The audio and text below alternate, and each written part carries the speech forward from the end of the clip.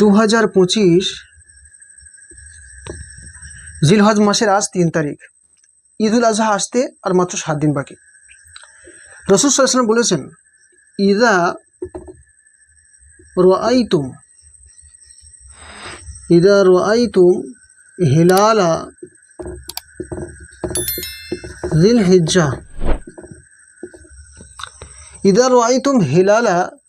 যিলহিজ্জাহ যখন তোমরা যিলহিজ্জা মাসের চাঁদ দেখবে, ওয়া আরাদা আহাদুকুম আন ইউযাহিয়া, এবং তোমাদের মধ্যে থেকে কেউ যদি কুরবানি দিতে চায়, তো ফালইমসিক আন শা'রিহি ওয়া আজফারি।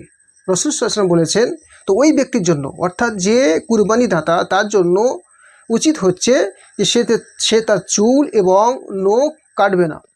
অর্থাৎ যখন জিলহজ মাসের চাঁদ দেখা দেবে, 1 তারিখ থেকে ঈদ আসতে 10 তারিখের আগে পর্যন্ত সে তার কী করবে না, কুরবানি দাতা তার চুল কাটবে না এবং নখ কাটবে না।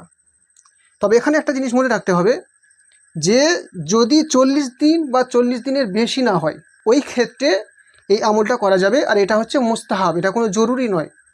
40 দিন এবং 40 দিনের বেশি যদি হয়ে, তাদের ক্ষেত্রে কিন্তু কেটে নেওয়াটা জরুরি। আশা রাখি বুঝতে পেরেছেন।